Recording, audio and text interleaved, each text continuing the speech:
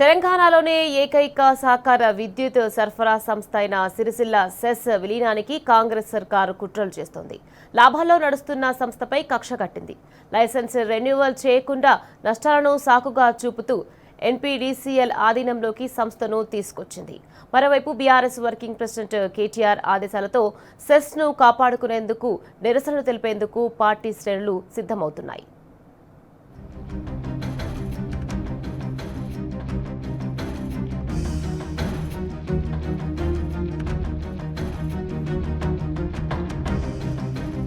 దేశంలోనే ఆదర్శంగా నిలుస్తున్న సిరిసిల్ల సెస్ విలీనానికి రేవంత్ సర్కార్ కుట్రలు చేస్తోంది.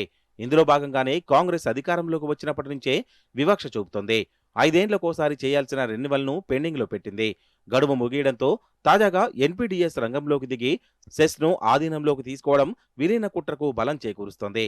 సెస్ పాలకవర్గాన్ని పక్కనబెట్టి టీజీ ఎన్పీడీసీఎల్ వరంగల్ ఆధ్వర్యంలో కార్యకలాపాలు కొనసాగుతాయని సెస్ కార్యాలయంలో సీఎండీ వరుణ్ రెడ్డి ప్రకటించారు. ఈ కుట్ర వెనుక కాంగ్రెస్ సర్కారు ఉన్నట్లు తెలుస్తుండగా బీఆర్ఎస్ వర్కింగ్ ప్రెసిడెంట్ కేటీఆర్ ఆదేశాలతో పార్టీ శ్రేణులు నిరసన చేపట్టేందుకు సిద్ధమవుతున్నారు.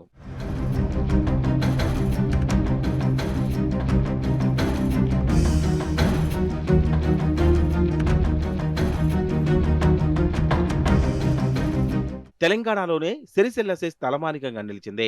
సహకార సంఘం ద్వారా విద్యుత్ సరఫరా చేస్తూ 56 ఏండ్లుగా మెరుగైన సేవలందిస్తోంది.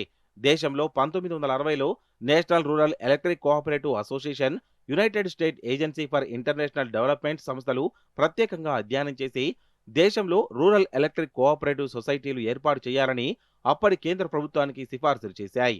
దీంతో దేశంలో 5 రూరల్ ఎలక్ట్రిక్ కోఆపరేటివ్లను పైలట్ ప్రాజెక్టు కింద ఏర్పాటు చేసింది. ప్రస్తుతం దేశంలో 30 రూరల్ సొసైటీలు కొనసాగుతుండగా తెలంగాణలో సిరిసిల్ల సహకార విద్యుత్ సరఫరా సంఘం ఏకైక సొసైటీగా ఘనత సాధించింది. ఇది రాజన్న సిరిసిల్ల జిల్లా పరిధిలోని 255 గ్రామ పంచాయతీలు, సిరిసిల్ల, వేములవాడ మున్సిపాలిటీలకు విద్యుత్ సరఫరా చేస్తోంది.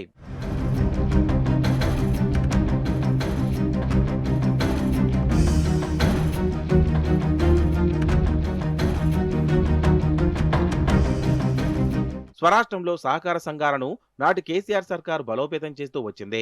సిరిసిల్ల సెస్కు ఉన్న ఘన చరిత్రను, సేవలను గుర్తించి సంస్థను కాపాడుకుంది.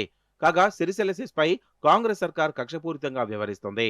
ఇప్పటికే వస్త్ర పరిశ్రమను ఆగం చేసి రేవంత్ సర్కార్ కన్ను లాభాల్లో నడుస్తున్న సెస్పై పడింది. ఈ కారణంగానే గత జనవరి 31 వరకు బకాయి ఉన్న 787.25 కోట్లు చెల్లించకుండా పెండింగ్లో పెట్టింది. ఎన్పీడీసీఎల్కు 682.22 కోట్లు చెల్లించాల్సి ఉందని సాకు చూపుతోంది. 105 కోట్ల లాభాల్లోనే కొనసాగుతున్న సెస్ లైసెన్సును రెన్యువల్ చేయలేదు. మార్చి 31తో గడువు ముగియడంతో ఎన్పీడీసీఎల్ను రంగంలోకి దింపి ఆధీనంలోకి తీసుకోవడం సెస్ విలీనానికి మరింత బలం చేకూరుస్తోంది.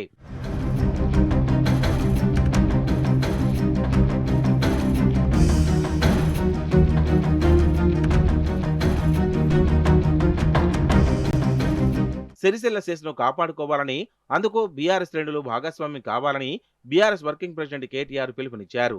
సెస్ను టీజీ ఎన్పీడీసీఎల్ ఆధీనంలోకి తీసుకున్న విషయం తెలుసుకున్న వెంటనే ఆయన తీవ్రంగా స్పందించారు. సిరిసిల్ల జిల్లాలోని బీఆర్ఎస్ నాయకత్వం, ముఖ్య నేతలు పార్టీ నేతలతో మాట్లాడారు. కేటీఆర్ ఆదేశాలతో బీఆర్ఎస్ శ్రేణులు నిరసనలు చేపట్టేందుకు సమాయత్తమవుతున్నారు.